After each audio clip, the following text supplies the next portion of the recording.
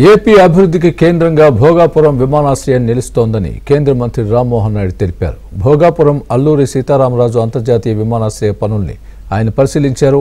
ఈ సందర్భంగా రామ్మోహన్ నాయుడు మాట్లాడుతూ ఇప్పటికే భోగాపురం విమానాశ్రయ నిర్మాణం 91.7% పూర్తయిందని అన్నారు. ఉత్తరాంధ్ర సంస్కృతికి ప్రతిబింబంగా భోగాపురం విమానాశ్రయ నిర్మాణాన్ని తీర్చిదిద్దుతున్నామని చెప్పుకొచ్చారు. వచ్చే నెలలో భోగాపురం విమానాశ్రయం నుంచి ట్రయల్ రన్ నిర్వహిస్తామని కూడా తెలిపారు.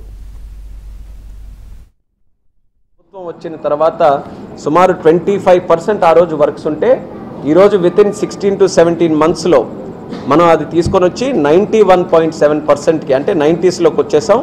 ఇంకో 8.3% ఇక్కడ ఫినిష్ చేయాల్సినటువంటి పరిస్థితి ఉంది.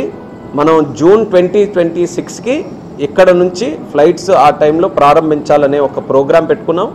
అయితే డిసెంబర్ ఎండ్ కానీ జనవరిలో కానీ ఎర్లీ జనవరిలో కానీ టెస్ట్ ఫ్లైట్ ఒకటి వ్యాలిడేషన్ ఫ్లైట్ అని ఉంటుంది. ఆ ఫ్లైట్ కూడా ఇక్కడ ల్యాండ్ చేయడానికి ఫస్ట్ ఫ్లైట్, అది టెస్టింగ్ ఫ్లైట్ కింద అది ల్యాండ్ చేయడానికి అన్నీ కూడా ఆన్ ప్రోగ్రెస్ బ్రహ్మాండంగా ఉన్నాయి.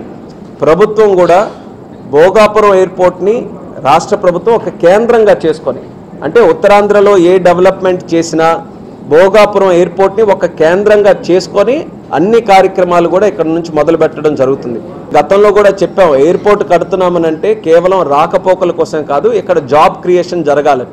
జాబ్ క్రియేషన్ జరగాలనంటే ఏరోస్పేస్ ఏవియేషన్ ఇండస్ట్రీస్ రావాలి. తగ్గట్టు ఏవియేషన్ ఇంజనీర్స్ కానీ ఇక్కడ లేకపోతే మళ్ళీ వాళ్ళను కూడా మనం ఎక్కడి నుంచో తీసుకొని రావాల్సిన పరిస్థితి వస్తుంది.